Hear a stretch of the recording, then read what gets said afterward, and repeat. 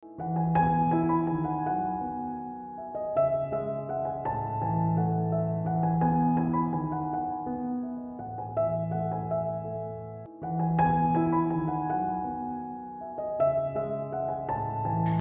Everyone, আসসালামু আলাইকুম। Welcome to my another blog. কেমন আছো সবাই? আশা করি আল্লাহর রহমতে সবাই ভালো আছো। আমরাও আলহামদুলিল্লাহ ভালো আছি। সবাইকে জানাই রমজানুল মোবারক। সবার রমাদান কেমন কাটতেছে? আলহামদুলিল্লাহ, আমার তো ভালোই কাটছে। এবারের রমজান মাসটা খুব ভালো একটা সিজনে পড়ছে। অতিরিক্ত গরমও না, আবার অতিরিক্ত ঠান্ডাও না, খুব ভালোভাবে দিনগুলো কাটছে। দেখা যাচ্ছে অতিরিক্ত গরম হলে রোজাগুলো রাখতে কিন্তু খুব কষ্ট হয়, আর অনেক তৃষ্ণাও পায়। আর ঠান্ডা হলে দেখা যায় সেহরির সময় উঠতে খুব কষ্ট হয়। দুইটাতেই কিন্তু প্রবলেম। যাই হোক, আলহামদুলিল্লাহ এবার রোজাগুলো রাখতে ভালোই লাগছে। আমি সকালে ঘুম থেকে উঠে আলিফকে রেডি করে মাদ্রাসায় দিয়ে আসছি। এখন আলিফের মাদ্রাসাটা সকাল 9টা থেকে, রোজার মাস বলে টাইমটা একটু বাড়িয়ে দিয়েছে।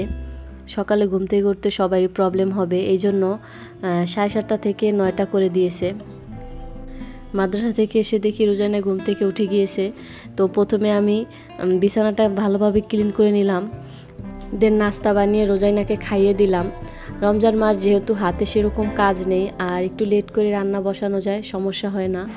তাই আমি বাসার টুকিটাকি কিছু কাজ করে নিচ্ছিলাম। আমি তো বিছানা গুছিয়ে দিয়েছি, দেন রুম মোছা, কাপড় ধোয়াটা তো আমার হেল্পিং হ্যান্ড করে দেবে। তো ভাবলাম আমি বাসার ফুলগুলো একটু ক্লিন করে নিই। আর্টিফিশিয়াল ফুলগুলো অনেক দিন ইউজ করলে দেখা যায় ধুলো জমে যায়, আর ক্লিন করাও অতিরিক্ত কষ্টের না। জাস্ট সাবান পানিতে 10-15 মিনিট ভিজিয়ে রেখে দেন একটু নাড়াচাড়া করে উঠিয়ে ফেলছি। এখন পুরা ক্লিন হয়ে গেছে। এখন বারান্দায় জাস্ট রোদে রেখে দেব, শুকিয়ে গেলে একেবারে নতুনের মতো হয়ে যাবে। এই ফ্লাওয়ারগুলোর পাতাগুলো ছুটে গেলেও প্রবলেম নাই, আবার লাগিয়ে ফেলা যায়। এখন তোমাদের সাথে সাংসারিক একটা গুরুত্বপূর্ণ টিপস শেয়ার করব।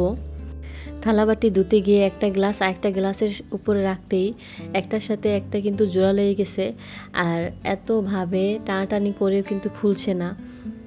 আর এটা সত্যি, কিন্তু কাচের গ্লাস যদি একটার সাথে একটা জোড়া লেগে যায় সেটা কিন্তু সহজে খোলা যায় না। আর সঠিক পদ্ধতি ছাড়া যদি তুমি হাজার টানাটানি করো তাহলেও কিন্তু খুলবে না, হয়তো ভেঙে যাবে। সঠিক পদ্ধতি অবলম্বন করে দেখো এই গ্লাসটা আমি কত সহজে খুলে ফেলেছি। একটা বলে গ্লাসটা যতটুকু পর্যন্ত একটার সাথে একটা জোড়া লেগে আছে ঠিক ততটুকু পর্যন্ত কুসুম গরম পানি দিতে হবে। দেন গ্লাসটা ডুবিয়ে, আর উপরে গ্লাসটার উপরে আইস ব্লক বা ঠান্ডা পানি যে কোনো কিছু দিলেই হবে।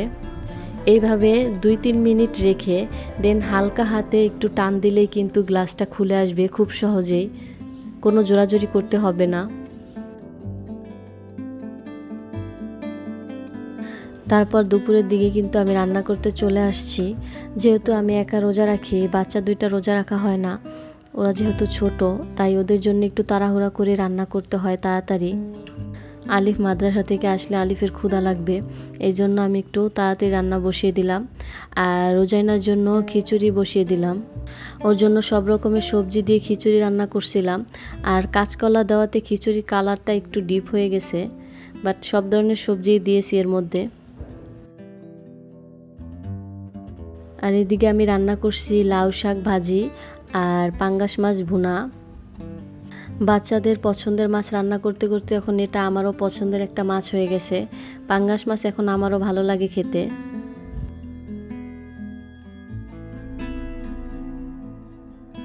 আর একটা জিনিস দেখি যে পাঙ্গাস মাছ যারা পছন্দ করে খুব পছন্দ করে, আর যারা পছন্দ করে না তারা তো এটার গন্ধও শুকতে পারে না। বাট আমার কাছে খারাপ লাগে না, ভালোই লাগে, তবে পেটের অংশটা বেশি ভালো লাগে। আর আমার বাচ্চা 2টাই কিন্তু পাঙ্গাস মাছ অনেক বেশি পছন্দ করে। তো মাঝে মাঝে অনেক সময় মনে হয় অন্য কোনো মাছ না রান্না করি, শুধু পাঙ্গাস মাছই রান্না করি। বাট পাঙ্গাস মাছ তো আবার সবসময় খেতে ভালো লাগে না।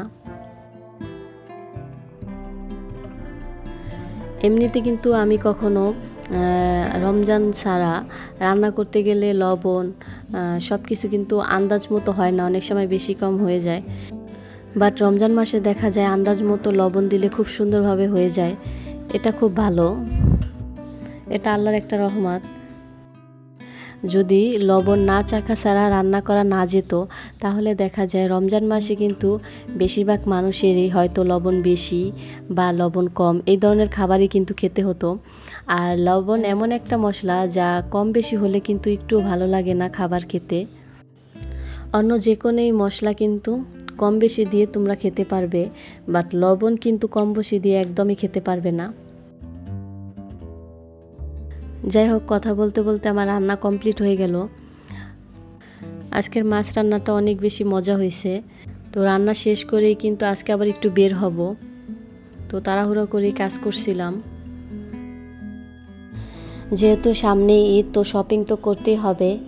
তো একটা ফ্রেন্ডকে নিয়ে একটু মার্কেটটা ঘুরে আসলাম।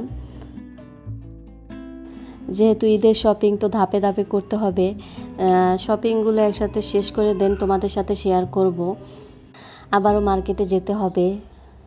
তো আজ মার্কেটে গিয়ে সেরকম কিছুই কিনা হয় নাই, কিছু কসমেটিক কিনে দেন চলে আসছি। আর আমার ফ্রেন্ড কিছু কেনাকাটা করছিল। আর এখন যেহেতু নিউ মার্কেটে অনেক বেশি ভিড়, তো আস্তে ধীরে কিনতে হবে। আর মার্কেটে গেলে অনেক বেশি সময়ের প্রয়োজন হয়, বাচ্চাকে রেখে এতক্ষণ থাকাও যায় না। আমরা যেহেতু মেয়ে মানুষ, তো সময় নিয়ে দেখা যায় মার্কেট করতেই হবে, নয়তো বাসায় আসলে আবার পছন্দ হবে না। আজকের ব্লগটি এই পর্যন্তই, দেখা হবে পরবর্তী কোনো ব্লগে। আল্লাহ হাফেজ।